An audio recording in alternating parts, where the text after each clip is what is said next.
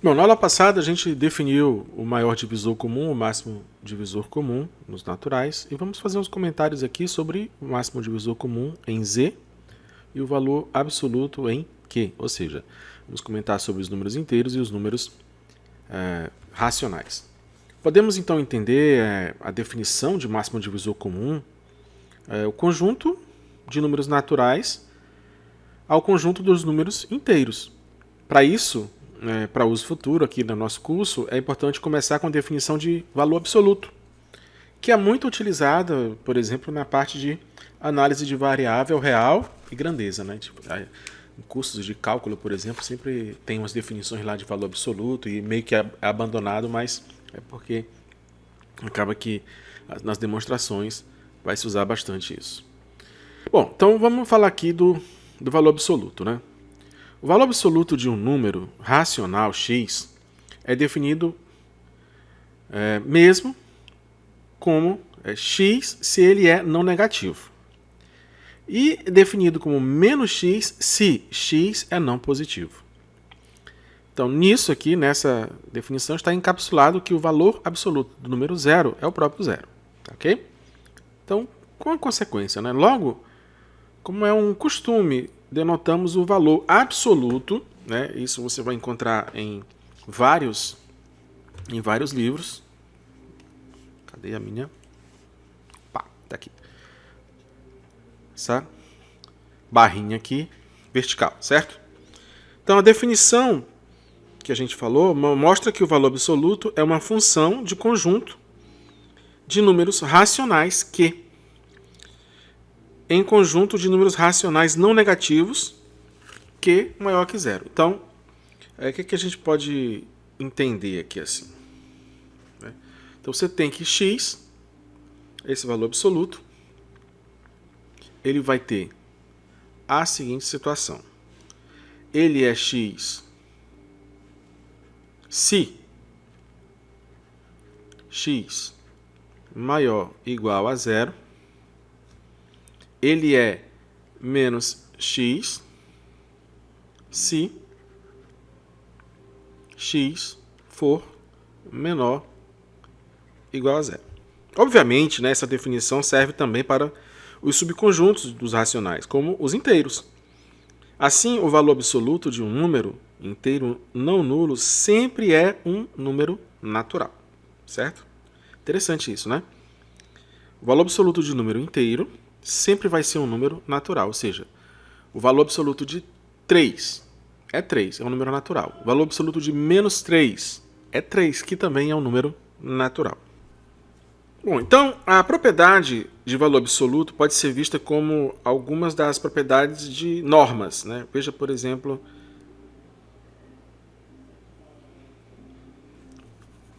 então a propriedade de valor absoluto pode ser vista como algumas das propriedades de normas, certo? O valor absoluto satisfaz as seguintes propriedades. Vamos lá entender estas propriedades. Né? Então, a primeira propriedade é o seguinte: o valor absoluto do produto, uma propriedade chamada de propriedade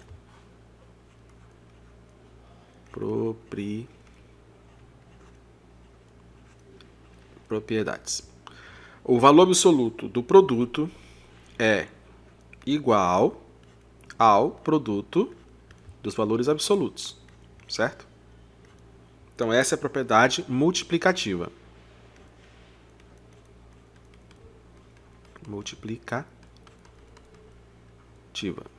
Certo? Segunda propriedade. O valor absoluto da adição é menor ou igual à soma dos valores absolutos, certo? Essa aí aparece em muitas situações e é chamada de desigualdade triangular. Nós não nos deteremos aqui na demonstração disso, mas você vai reconhecer em outras situações, tá? A desigualdade triangular. A terceira propriedade, vamos lá. Então vai ser A preservação pelo valor absoluto. Então, o valor absoluto do valor absoluto é o próprio valor absoluto. Tá? Preservação do valor absoluto, esse daqui. Então, nós podemos considerar o conjunto dos números naturais como um subconjunto de números inteiros. E assim considerar a questão de determinar os divisores de um número natural dentro do conjunto de números inteiros. Já é uma consideração que a gente faz até normalmente no ensino fundamental para os alunos. A expectativa para responder essa questão é que o número dos divisores vai dobrar. De fato, né? Os divisores inteiros de um número natural, A, são todos os números inteiros que dividem A, como a gente já viu. Então, se B é um divisor natural de A, então, além de B, o número inteiro, menos B também divide A no conjunto Z. Certo? Então, o que eu tenho aqui assim? Vamos pegar aqui no conjunto dos naturais, eu sei que 2 divide 8. Mas dentro do conjunto dos inteiros, o menos 2 também divide o 8. Certo? Então, no conjunto dos inteiros, os divisores de 8 vão dobrar. Algumas vezes, para indicar que estamos interessados em divisores de número natural, no conjunto dos números inteiros, utilizamos a notação div z de A. Então, só para div, mas isso é mais em livros de mais específicos, é mais difícil isso. Tá? Vamos pegar aqui assim, o div z. Agora aparece o div z de A. Certo? Então, por exemplo, se eu pegar aqui, ó, o div z de P, sendo P um número primo, vai ser o quê? O 1 divide, o menos 1 divide o próprio número e o negativo do número, certo? Quando for sem o z, por padrão, a gente vai adotar que estamos interessados apenas nos naturais. O 1 e P. Tá? Esse é modo padrão. Mais do que modelo, modo padrão. Então, no nosso curso aqui, escreveremos div de A quando nos interessar os naturais e div de Z, né, div Z de A, quando nos interessar também os inteiros. A noção de divisor comum, ou maior divisor comum, pode ser estendida também aos inteiros, sem grande dificuldade. Certo? Então, utilizamos o valor absoluto de números inteiros. Aí é que está a questão do valor absoluto. Vamos então à definição. Relembramos que se A, B pertence a Z, né? A e B pertence a Z, e B diferente de zero, dizemos que se B divide A, se somente se existe, então um Szinho aqui, né? Um único número inteiro C, tal que A é igual a B vezes C ou C vezes B, né? Que é comutativo. Agora, desconsiderando os sinais dos números positivo ou negativo, temos que o valor absoluto B também divide A e o valor absoluto de A. Por isso, a gente pode definir o máximo divisor comum de dois números inteiros, A e B, dada pela seguinte situação, né? Aqui também é o nosso simbolismo também de MDC, de A e B, ou MDC de BA, o MDC é igual também ao MDC do absoluto de A e absoluto de B, que na prática fica sendo os números, o MDC de um número natural. Na prática a gente vai ter isso daí. Bem, aí a gente pode considerar algumas situações interessantes, né? Por exemplo, vou pegar aqui assim. Se A for igual a 0, mas o B for diferente de 0, então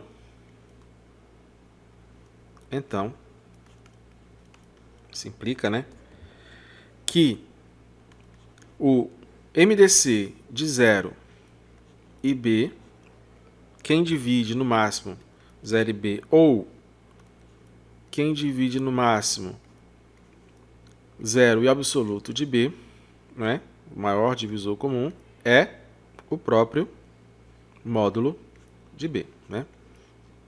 Então, o divisor de 0 e 3, de 0 menos 3, o maior divisor comum entre eles, é o próprio 3. Observamos então que para o número 0, também podemos definir a seguinte situação. O div, né, considerando aqui os inteiros, de 0, certo? Vamos observar a situação. O div de 0 é igual aos inteiros menos o subconjunto, né, formado, ou conjunto formado pelo 0. Né? Pois todo número não nulo divide o 0. É claro que B divide 0, né? Pois sempre vale a igualdade. Ó, B divide 0, pois sempre vale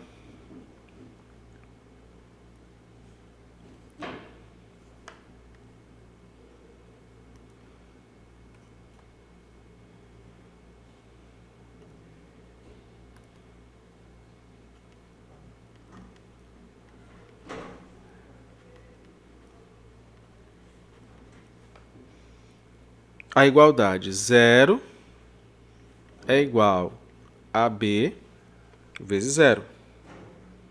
Notamos também que a situação interessante, né? Quem é o MDC entre 0 e 0? Essa é a pergunta, né? Que você pode parar e refletir um pouco. Como é que eu posso encontrar um valor que me entregue este divisor?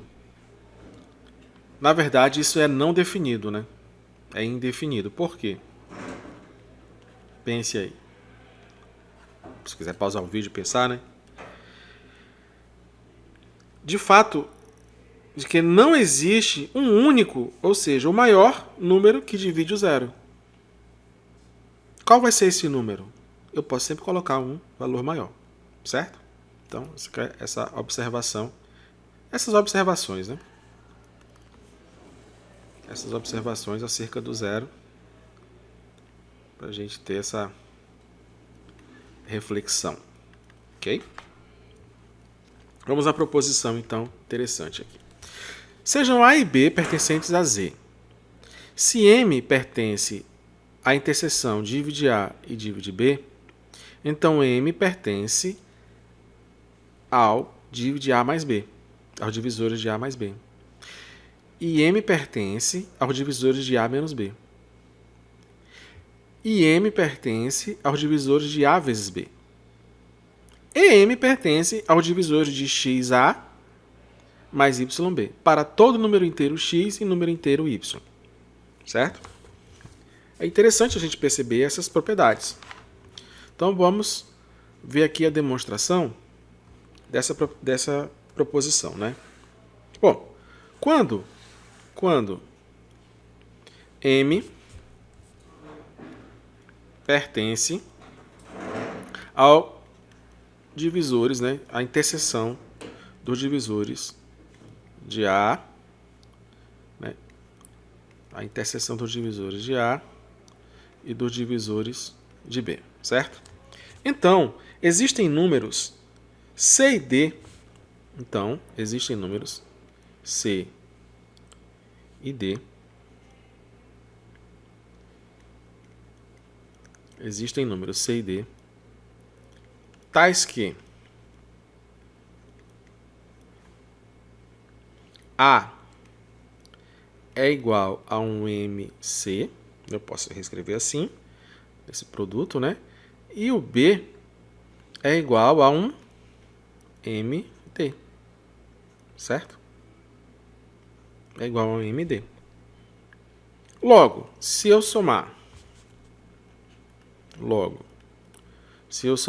A mais B, eu vou ter MC mais MD, colocando o M em evidência, fica M que multiplica, é um fator comum, né? Um M que multiplica MC da B. MC mais D. Isso implica em quê? Que M pertence aos divisores de A mais B. Tranquilo, né? Bem fácil de demonstrar. Bom, e a igualdade?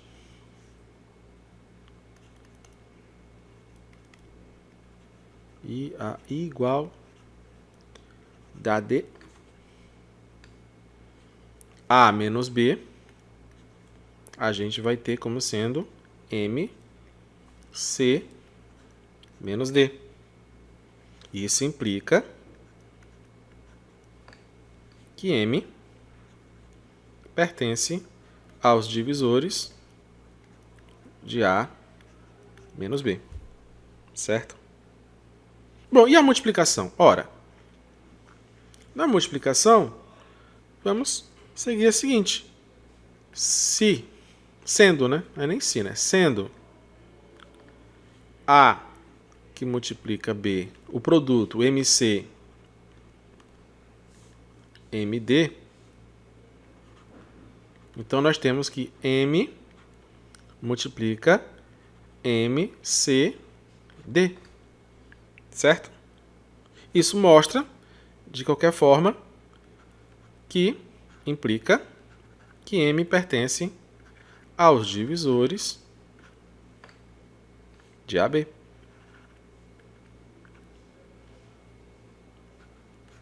Certo? Por outro lado, aí a gente vai pegar aqui, separar aqui. Né? Por outro lado, temos que